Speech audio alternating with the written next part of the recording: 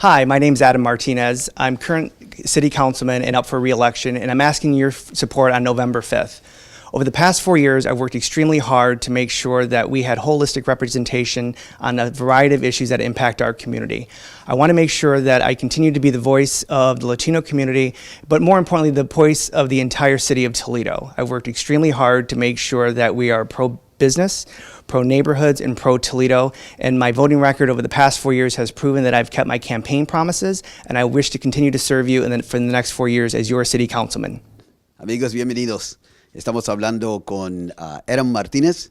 Adam is our city councilman at large for the city of Toledo. And Adam, welcome to Voces Latinas. Thank you, Mr. Torres. It's always a pleasure to see you, and thank you so much for hosting me on the Northwest Ohio Chamber of Commerce Candidate Forum. I really appreciate it. I wanted to make sure that I took time off the campaign trail to come in and speak to you.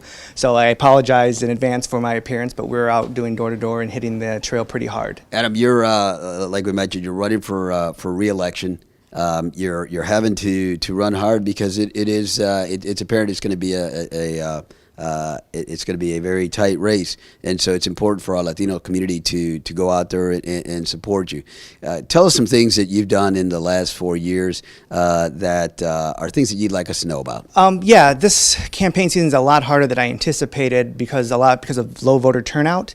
I placed 7th again, as I did 4 years ago. But over the past 4 years, I've worked really hard on behalf of the Latino community, and especially in the Old South End, making sure that we get the resources we need, street repair, capital improvements, made sure that the limited funding that we have at least was level in our Latino serving agencies. We're able to get the Belief Center, an actual building to host their programming in.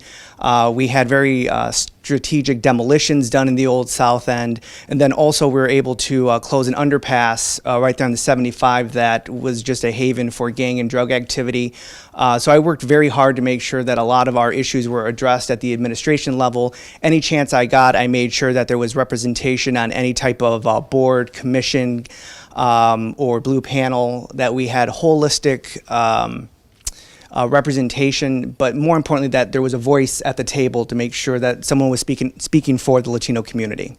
Your position at City Council is at large, and so you really have to attend to all of the issues in the community. So it doesn't always apply that being Latino is going to translate into some of the projects that you do. But how important is it to have a Latino as a council member, with you being the only one?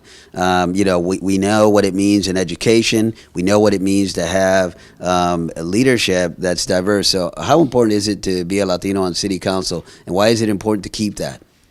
Being the lone Latino in the legislature, because ultimately that's what it is on city council, is I help draft laws to make sure that I'm holding the administration accountable, that I'm representing the entire community, that they're fair and balanced. And having a Latino on council is extremely important. I am certainly standing on the shoulders of giants, from Lourdes Santiago, Taylor Balderas. Before that was Luis Escobar, who was the first Latino president. So certainly there's a long history in making sure that our community is represented.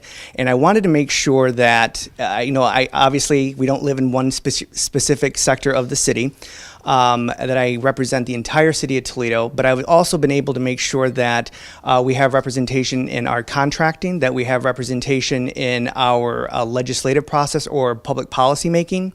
I wanted to make sure that we had representation even as an advocate to the mayor. There is as you well know, there is a Hispanic Advisory Commission that is established that the administration has not filled vacancies. So I'm always trying to make sure that there is an opportunity to make sure that our voice as a whole is being heard. You raise a very good point when you talk about the Hispanic Affairs Commission.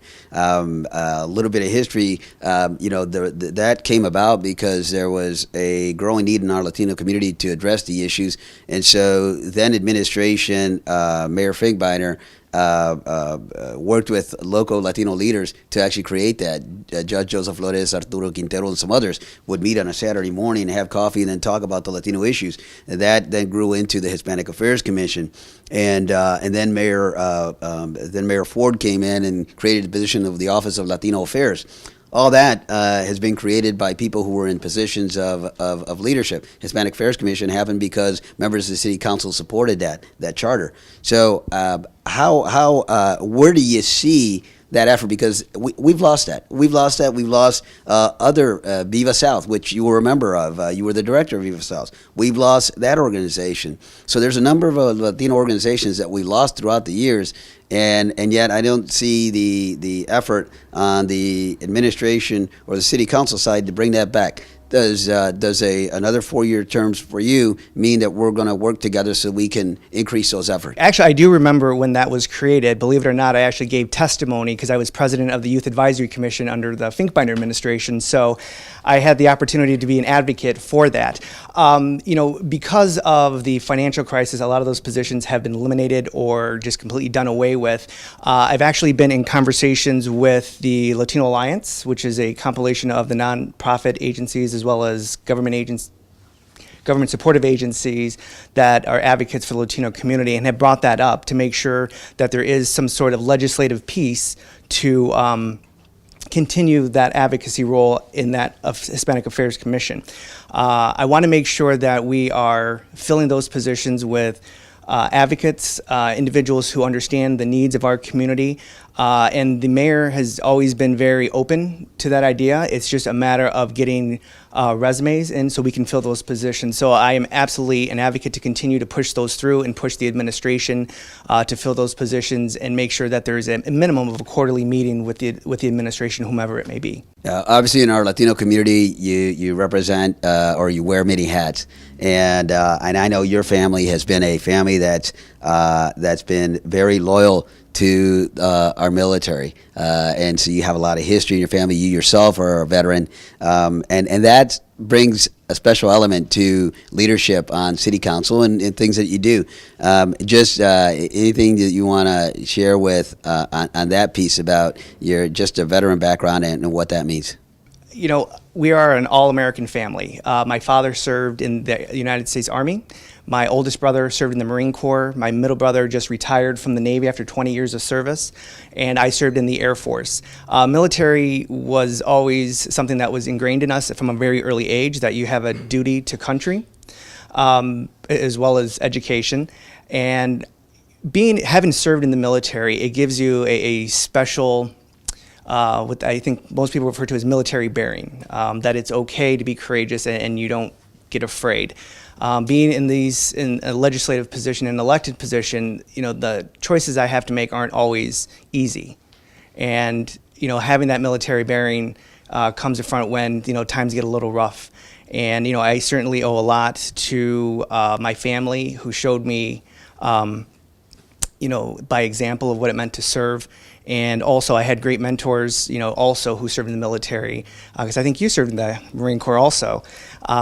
So making sure that, kind of pointing me in the right direction, and had no problem stepping in and kind of putting me back where I needed to be if necessary. So the military experience was definitely a unique part of my life that I don't regret, and certainly helped make me the person that I am today. We when it comes to city policies and it comes to legislative issues, we may not always agree. But the one thing that we can agree on is that we need to have representation. We need to have a Latino voice on city council. And right now, Adam's that voice for us in our Latino community. And it's our responsibility to go out and make sure that we continue to have that voice. And we can have those conversations with them on what are the issues that we'd like them to move forward. But we need to have that conversation. And we can't have that conversation if we don't have that opportunity. So don't forget to go out and vote. It's very important. It's important for our Latino community, but it's important for our entire Toledo community to have diversity. Roberto Torres, Voces Latinas, muchísimas gracias.